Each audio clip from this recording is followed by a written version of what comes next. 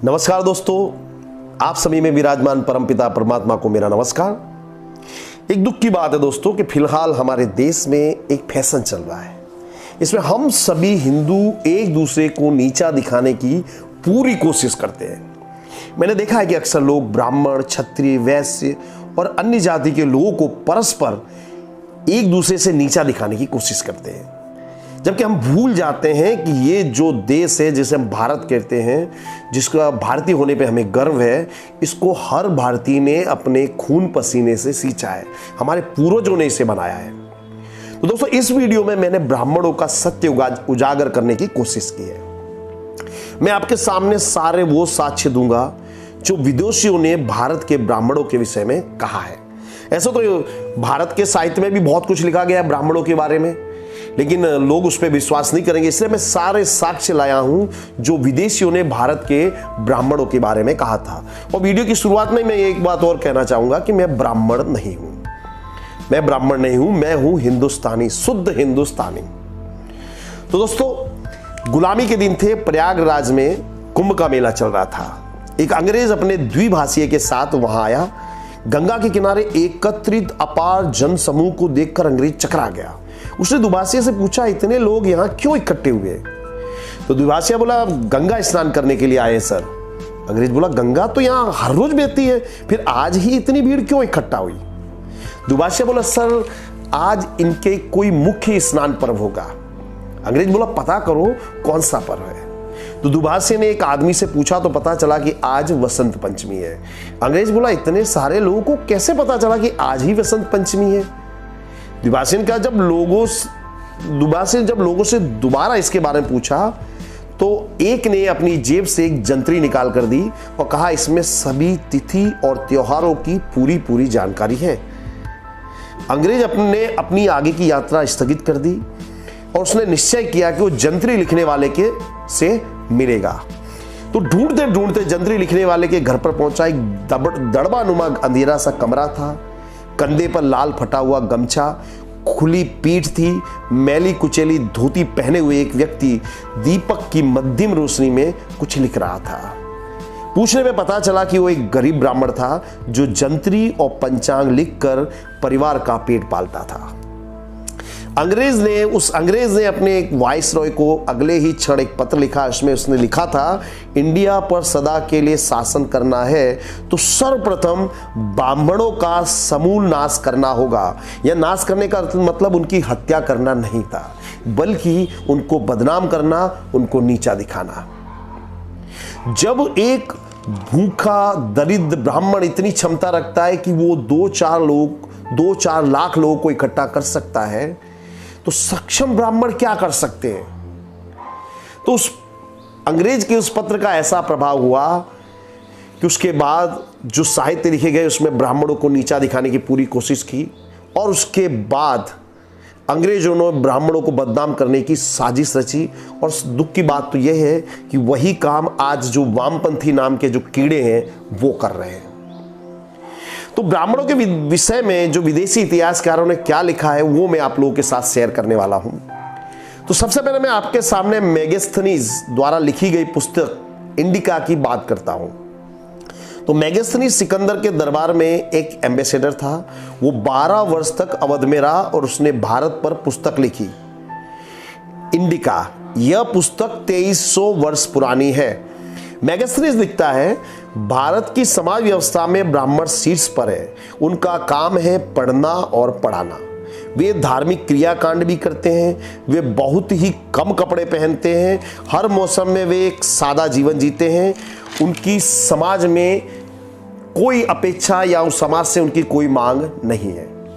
Page number 173 पर लिखा गया है, ब्राह्मणों का जीवन बहुत ही कठिन है क्योंकि इनको पूरे जीवन तप करना होता है, जबकि हमारे यहाँ नैरेटिव ऐसा सेट किया गया कि ब्राह्मण समाज का शोषण करते थे।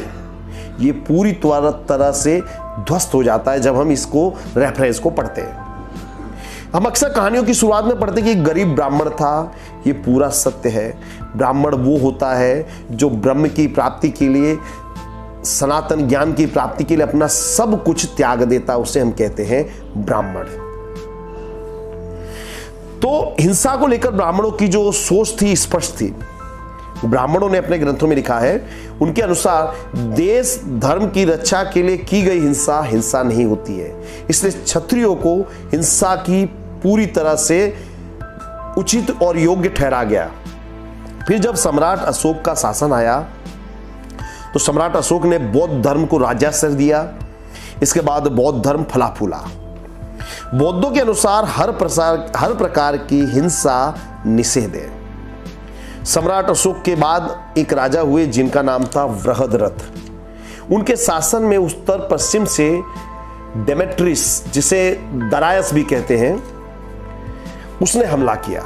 परंतु राजा बृहद्रथ ने प्रजा की रक्षा करने के बदले, युद्ध करने के बदले डेमेट्रियस का कोई प्रतिकार नहीं किया और उसने कहा इससे कोई फर्क नहीं पड़ता कि मैं राजा हूं या अन्य कोई राजा हो, लेकिन किसी भी राज्य के लिए हिंसा करना गलत है, इसलिए मैं युद्ध नहीं करूंगा।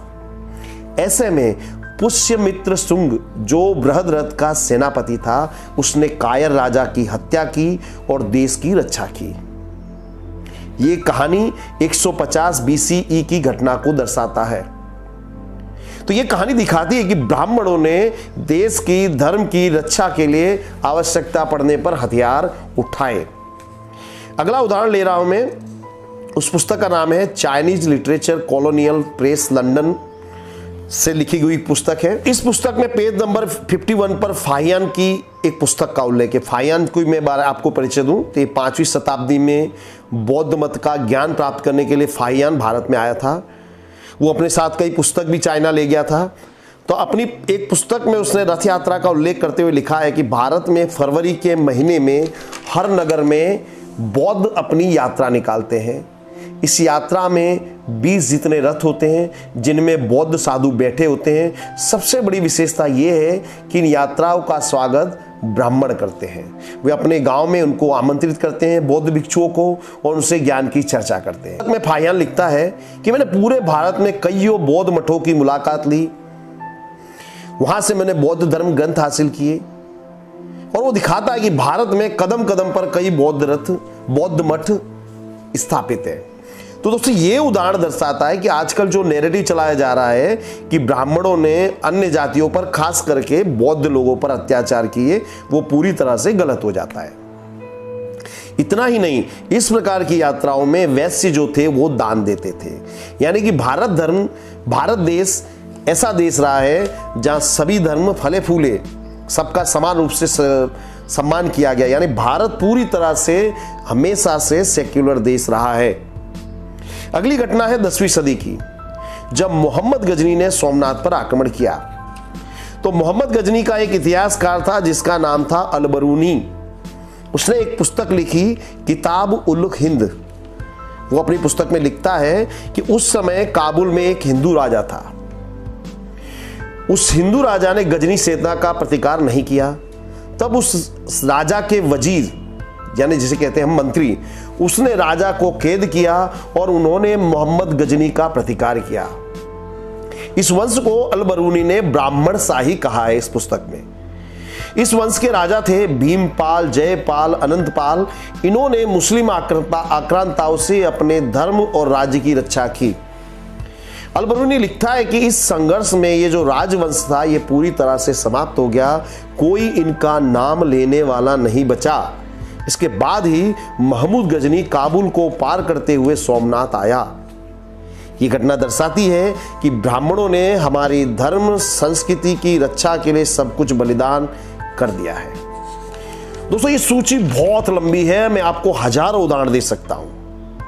इतना ही नहीं, आधुनिक समय में भी राजा राम मोहन राय, न्यायमूर्ति रानाडे, स्वामी दयानंद सरस्वती और बनारस हिंदू यूनिवर्सिटी की स्थापना करने वाले पंडित मदन मोहन मालवीय, ये ब्राह्मण थे जिन्होंने समाज को नवचेतना दी, जिन्होंने समाज का सुधार किया। तो ये दोस्तों ब्राह्मण वो लोग हैं जिन्होंने हमारी संस्कृति को बनाया, बचाया।